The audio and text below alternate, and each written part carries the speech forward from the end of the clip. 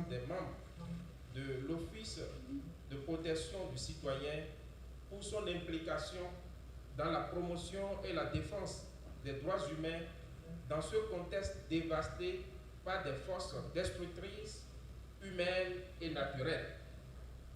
Je tiens à souligner à quel point votre mission est essentielle, en particulier dans le contexte que connaît actuellement le pays, surtout avec l'insécurité chronique et son lot de kidnapping qui sont devenus un phénomène endémique qui pourrit l'existence de tout le monde.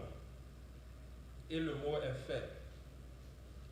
Mes collègues de la représentation et moi-même sommes ravis de mettre à disposition nos modestes locaux pour accueillir la réalisation ou l'organisation de la présente formation en sécurité physique et numérique en faveur des membres de l'Office de protection des citoyens. Je voudrais également remercier chaleureusement la Fédération internationale des droits de l'homme d'avoir organisé cette formation en visio et annoncer en même temps qu'un second volet, une deuxième partie de cette formation est prévue en 2022 et devrait se tenir normalement en présentiel si la situation sanitaire le permettait. Mesdames, Messieurs, investis de la mission de promouvoir la démocratie, les droits de l'homme et l'état de droit, l'OIF soutient les différentes ONG comme la Fédération internationale des droits de l'homme qui renforce les capacités des défenseurs et des institutions qui jouent ce rôle. Ce mandat découle de la déclaration de Bamako, qui est une déclaration de la francophonie adoptée en 2000 au Mali. Et cette déclaration prévoit d'assurer le soutien, je le cite, le soutien de la francophonie aux défenseurs des droits de l'homme en s'appuyant notamment sur les structures et instruments spécialisés. L'OIF fait reposer son action sur l'accompagnement des États de l'espace francophone pour consolider la culture de l'État démocratique et de l'État de droit. La problématique de protection des défenseurs est un sujet de préoccupation dans le monde entier. Et la question de la sécurité numérique prend notamment de plus en plus d'ampleur dans le contexte de la révolution, de la quatrième révolution industrielle de notre temps.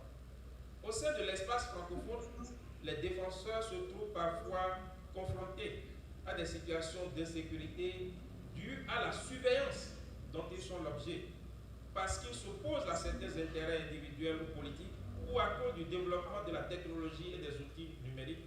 Les défenseurs sont souvent la cible de violations de leurs droits.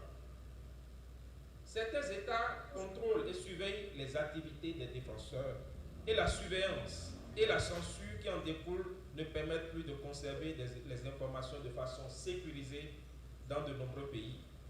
Il est donc très important que les défenseurs des droits de l'homme soient formés aux impératifs de la sécurité physique et numérique. Haïti est un pays prioritaire de l'OIF. Nous savons à quel point le pays vit une situation complexe.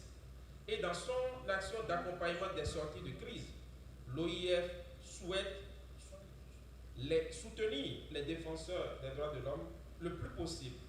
Et comme le montre ce que nous faisons actuellement et ce que nous faisions auparavant, c'est que nous sommes pleinement engagés pour soutenir Haïti. Et soutenir Haïti dans le domaine des droits de l'homme signifie pour nous également de soutenir l'OPC, qui est l'institution nationale de défense, de protection des droits de l'homme. Donc nous disons publiquement et clairement que l'OIF soutient très clairement l'OPC dans son travail de défense des droits de l'homme. Nous voulons le dire à l'opinion nationale qui n'a pas de doute sur cette question. Notre soutien est sans équivoque et clair. L'OPC est une institution nationale des droits de l'homme et assure également les fonctions d'ombudsman. Cette institution est membre des réseaux institutionnels de la francophonie et à ce titre, l'OIF de soutenir l'OPC, comme je le disais tantôt. L'OPC participe à la veille au respect des engagements internationaux de l'État et contribue à la promotion et à la protection des droits de l'homme. C'est à ce titre qu'il peut également prétendre avec droit à la dignité de défenseur des droits de l'homme et au regard du contexte tendu d'Haïti. La formation apportée ces prochains jours permet d'outiller le personnel à se protéger contre la surveillance numérique et fournir des conseils aux défenseurs des droits de l'homme. L'OIF voudrait par ma voix insister que le travail de l'OPC est utile pour Haïti et que ce travail mérite d'être soutenu par tous ceux qui s'engagent dans la défense des droits de l'homme. Nous, les spécialistes en droits de l'homme, à l'échelle internationale, il faut dire que, et au niveau des Nations Unies, le mois de décembre est considéré à bien des égards comme étant un mois spécial pour les défenseurs des droits de l'homme. Parce que en décembre, il y a plein d'activités qui sont liées à la question des droits de l'homme. Le 1er décembre, par exemple, sur la journée internationale du VIH-Sida, le 2 décembre pour l'abolition de l'esclavage dans le monde, le 3 décembre pour les personnes à mobilité réduite, le 12 décembre pour la couverture sanitaire universelle, le 10 décembre qui est la date phare, le 18 décembre pour les personnes migrantes, les déplacés, le 9 décembre, ce 9 décembre, c'est une date aussi pour nous, les défenseurs des droits de l'homme. Parce qu'au niveau des Nations Unies, on a adopté, comme on le sait, un document qui protège les défenseurs des droits de l'homme. Et quand on parle de protection, quand on parle de respect des droits de l'homme, il faut voir certainement les défenseurs, les militants de droits humains qui très souvent sont très mal vus et qui sont considérés malheureusement comme des emmerdeurs.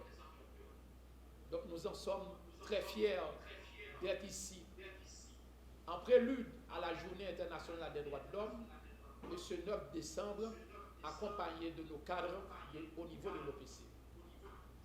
Il est important de souligner également que l'OIF supporte les instances internationales étatiques. L'OIF apporte aussi un appui aux organisations de la société civile.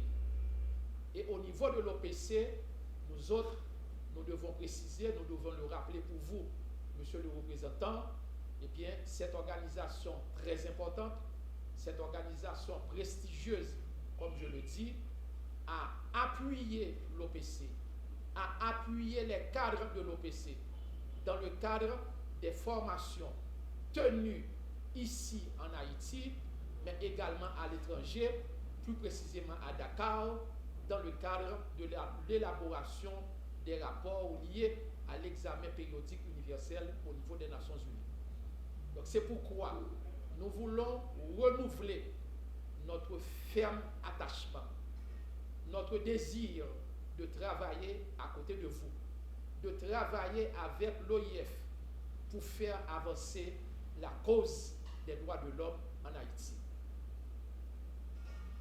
Ce n'est pas étonnant de dire qu'à l'échelle internationale, tout comme en Haïti, monsieur le représentant, vous le savez, en tant que spécialiste en droits de l'homme, nous sommes à quelques heures de la commémoration du 73e anniversaire de la Déclaration universelle des droits de l'homme.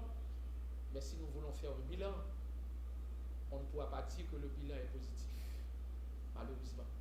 Il y a encore trop de défis à relever en matière des droits de l'homme. Quand nous regardons ce qui se passe dans certains pays de l'humanité, quand nous regardons par exemple ce qui se passe en Afghanistan, où les droits des femmes continuent d'être violés, ou bien sont violés de manière systématique, où les enfants sont vendus par leurs parents, par leurs mères, tenant compte des économiques. Donc, aujourd'hui, en toute objectivité, sans risque de nous tromper, nous pouvons dire que, en dépit de ce document de référence que nous avons, la Déclaration universelle des droits de l'homme, qui constitue le corpus juridique, eh bien, l'humanité est en train de faire face à de sérieuses situations en matière des droits de l'homme. On a l'impression qu'en dépit des efforts menés par plus d'un, l'humanité est en nette régression par rapport à la question des droits de l'homme, au lieu d'envisager, au lieu d'enregistrer des cas de progression. Et c'est pourquoi, au niveau de l'OPC, en tant que structure étatique, membre du Conseil des droits de l'homme, accrédité auprès du Conseil des droits de l'homme avec un statut A, qui a été tout récemment renouvelé, en tant que membre de l'Alliance globale des INDH, en tant que membre de l'Alliance mondiale des droits de l'homme et en tant que partenaire de l'OIF, nous voulons renouveler notre volonté de travailler pour faire avancer la cause des droits de l'homme.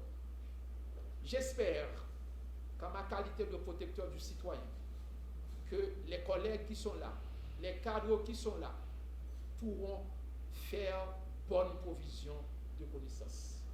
Parce que le défenseur, le militant ou la militante des droits de l'homme, lorsqu'il a des outils, lorsqu'il a de la formation, lorsqu'il est mieux armé, il peut faire avancer beaucoup plus, de manière beaucoup plus efficace, la cause des droits de l'homme et aussi faire le plaidoyer auprès des acteurs étatiques qui ont pour responsabilité de respecter, comme on le sait, de protéger, mais aussi de mettre en œuvre les droits de l'homme.